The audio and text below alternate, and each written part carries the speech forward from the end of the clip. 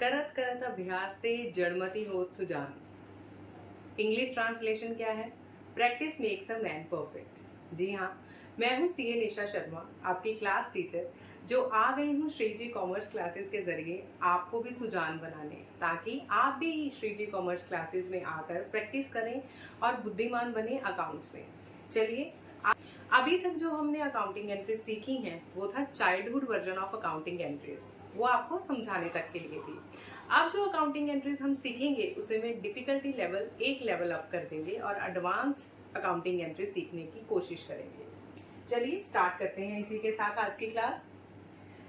अभी तक के लिए जो हमने अकाउंटिंग एंट्रीज सीखी थी उसमें हमें जो सेंटेंस दिया जाता है, जो ट्रांजैक्शन दी जाती है, उसमें हम word capital, drawings, expenses use करते आए हैं और मैंने आपको बहुत ही सिंपल भाषा में अकाउंटिंग एंट्रीज दे दी।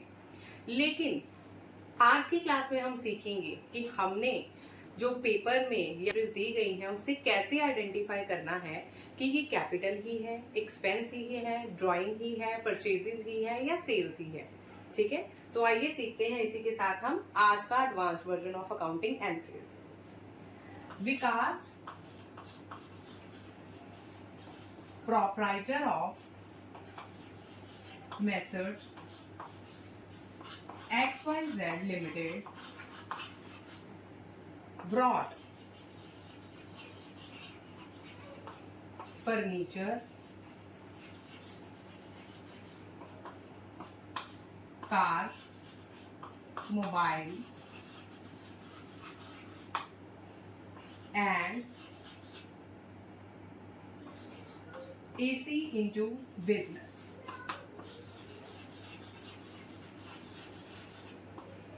देखिए, इस ट्रांजैक्शन में हमें कहीं पे भी कैपिटल वर्ड नहीं यूज किया गया। ठीक है, तो हम ये देखकर कंफ्यूज हो जाएंगे, अरे भाई इसमें तो कैपिटल वर्ड यूज नहीं किया, क्या ये परचेजेस है, क्या ये कैपिटल है। इसी कंफ्यूजन को दूर करने के लिए हम इस अकाउंटिंग एंट्रीज को सॉल्व करेंगे। विकास है प्रोप्राइटर बिजनेस का, मेसर्स XYZ, और वो बिजनेस में क्या लेके आया है? Brought furniture, car, mobile and AC into business. जब भी प्रोप्राइटर बिजनेस में कुछ लेके आता है, चाहे वो एसेट्स हो, चाहे वो फर्नीचर, कार, मोबाइल, एसी, ये सब कुछ किसकी कैटेगरी में फॉल करते हैं? एसेट्स की कैटेगरी में। ठीक है, और हमारे एसेट्स किस अकाउंट में फॉल करते थे? रियल अकाउंट में। थोड़ा थोड़ा पहुंच गए हम अकाउंटिंग एंट्री के पास। Furniture, car, mobile, AC assets की कैटेगरी में फॉल करते हैं क्योंकि ये हमारे बिजनेस की संपत्ति है। ठीक है, और एसेट्स किस अकाउंट में फॉल करती हैं? जैसा कि हमने अपनी पिछली क्लासेस में पढ़ा था, अगर आपने लास्ट वीडियोस को ध्यान से देखा होगा और रिवीजन की होगी, तो वो रियल अकाउंट में फॉल करता है। यहां तक क्लियर है? इसके बाद हमने देख लिया कि इसमें कौन सा अकाउंट इन्वॉल्व है? Real account. तो रियल अकाउंट का जनरल प्रिंसिपल जो हमने पढ़ा था वो क्या पढ़ा था? Accounting rule, debit what comes in and credit what goes out. देखिए बिजनेस में क्या आ रहा है? बिजनेस में furniture, car, mobile and AC आ रहा है, तो हम लोग डेबिट किसको करेंगे?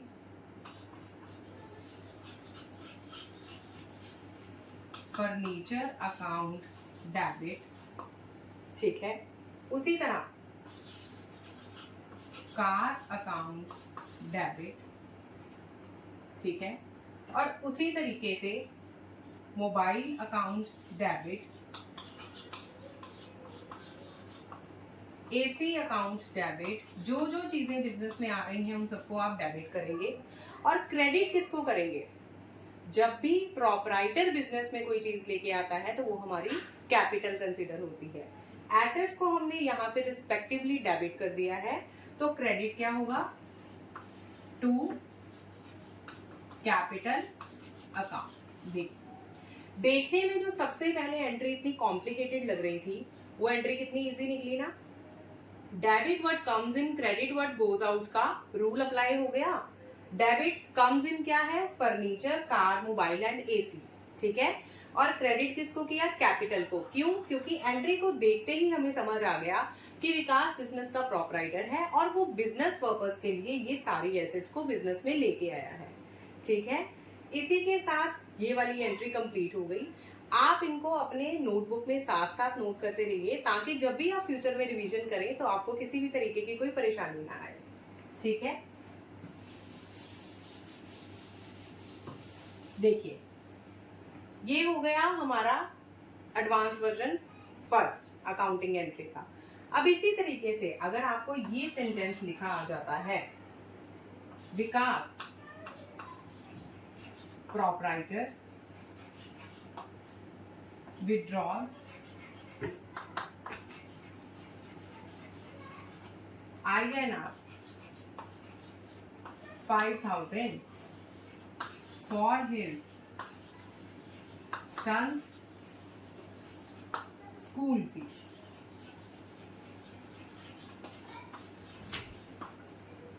देखिए, इस एंट्री को आइडेंटिफाई करने के लिए सबसे बड़ा कीवर्ड क्या है? विड्रॉल। उसने बिजनेस में से विड्रॉल करवाई है। दूसरा कीवर्ड क्या है? अपने सन की स्कूल फीस के लिए। अब देखिए बट ऑब्वियस है, सन की स्कूल फीस पे करनी है तो वो पर्सनल यूज हो गया, वो बिजनेस यूज नहीं कंसिडर किया जाएगा। इसीलिए हमें यहाँ से ये चीज क्लिक कर गई कि ये ड्राइंग्स में फॉल करेगा। ठीक है, अब अगर उसने 5,000 रुपए विड्रॉ करवाए हैं, इट मीन्स कि ये कैश हो गया। अब यहाँ पे कहीं पे मैंने आपको डायरेक्ट नहीं बोला कि विकास विड्रॉ कैश। ठीक है, हमने क्या लिखा? Vikas withdraw INR 5,000 for his son school fees. तो ये ड्राइंग है प्लस कैश है, तो हम क्या करेंगे? Cash is a real account. Cash अगर रियल अकाउंट है तो बिजनेस में से कैश गोज आउट हुआ है। Debit word comes in, credit word goes out. तो एक सेकंड टेक्निक जो हम इजी वे से जर्नल एंट्री पास कर सकते हैं, सबसे पहले अगर आपको डेबिट में कंफ्यूजन आ जाती है कि डेबिट किसको करें, तो आप टू कैश अकाउंट लिखेंगे 5,000, क्रेडिट करेंगे कैश को 5,000 से। और दूसरा आपको आइडेंटिफाई हो चुका है कि ये विड्रॉल है क्योंकि उसने अपने सन की स्कूल फीस के लिए 5,000 विड्रॉ करवाए हैं। क्रेडिट पोर्शन आपका कंप्लीट हो चुका है टू कैश अकाउंट। तो डेबिट पोर्शन को कंप्लीट कैसे करेंगे? ड्राइंग्स को कर देंगे हम डेबिट, तो एंट्री बन जाएगी drawings account debited to cash account. देखिए है ना simple entry and simple trick. इस तरीके से आप अपनी जर्नल एंट्रीज को विजुअली पास आउट कर सकते हैं और जर्नल एंट्री के जो कंफ्यूजन का झंझट है ना, उससे बच सकते हैं। ठीक है, आप इसको भी अपनी नोटबुक पे जरूर नोट कर लीजिए। इसी के साथ अगर किसी को भी किसी भी तरीके का डाउट आता है तो आप कमेंट में जाके अपने डाउट को क्लियर करने के लिए कमेंट ड्रॉप कर सकते हैं ताकि मैं उस कमेंट का रिप्लाई कर सकूं। ये आपको अपने कंसेप्ट्स को क्लियर करने में किसी भी तरीके की कोई परेशानी ना आए। ठीक है, इसी तरीके से आज की जो थर्ड एंट्री है जिसमें डिफिकल्टी लेवल थोड़ा सा अप है, वो क्या है? अगर यहां पर लिखा आया Somesh paid repair of 5,000 against machinery. Somesh है, उसने 5,000 रुपए पे किए हैं किसके लिए? मशीनरी की रिपेयर के लिए। ठीक है, देखिए इस एंट्री को करने के दो तरीके हैं कि आप सबसे पहले रिपेयर्स को देखेंगे। रिपेयर्स हमारा एक्सपेंस हुआ है बिजनेस का, तो किस अकाउंट में फॉल करेगा? 3 types of accounts, real, personal and nominal. कौन से अकाउंट में फॉल करेगा जल्दी बताइए? नॉमिनल अकाउंट में। ठीक है, ये नॉमिनल अकाउंट में फॉल करेगा क्योंकि उसने 5,000 रुपए पे किए हैं किसके लिए? रिपेयर्स के लिए। और रिपेयर किसकी करवाई गई है? मशीनरी की। ठीक है जी, देखिए प्रिंसिपल्स ऑफ अकाउंटिंग जो हम बहुत ही बाद में पढ़ेंगे, जिसमें हमें बताया जाएगा कि जिस रिस्पेक्टिव एसेट के अगेंस्ट हम खर्चा करते हैं उस एंट्री को रिपेयर्स अकाउंट डेबिटेड टू उस रिस्पेक्टिव मशीनरी में कैपिटलाइज कर देते हैं। ठीक है, जो कि मैं अभी फिलहाल के लिए आपको नहीं पढ़ाऊंगी। हम इस चीज को यही लेके चलेंगे कि जो उसने रिपेयर का एक्सपेंस किया है वो बिजनेस में से कैश में किया है, ठीक है। तो नॉमिनल अकाउंट का गोल्डन रूल क्या है? Debit all the expenses and losses. तो यहाँ पे आपका एक्सपेंस क्या है? यहाँ पे आपका एक्सपेंस है रिपेयर्स टू मशीनरी अकाउंट, या अकेला रिपेयर्स भी लिख सकते हैं। सो रिपेयर्स टू मशीनरी अकाउंट हो गया डेबिट। क्रेडिट किसको करेंगे? हम कंसीडर कर रहे हैं कि ये खर्चा जो हुआ है वो कैश में हुआ है, तो हम 5000 को कर देंगे कैश को क्रेडिट। एंट्री क्या बन गई? Repairs account debited to cash. बहुत ही इजी है। गोल्डन रूल्स ऑफ अकाउंटिंग वाली वीडियो को ध्यान से देखिए ताकि आपके सारे कंसेप्ट जो हैं वो एकदम से क्रिस्टल क्लियर हो जाए। होप करती हूँ आपको ये भी अकाउंटिंग एंट्री कंप्लीट समझ आ गई होगी। इसी के साथ आज की नेक्स्ट एंट्री है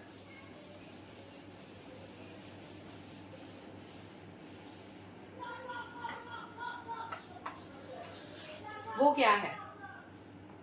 आपको लिखा आ गया पेड ₹9,000 टू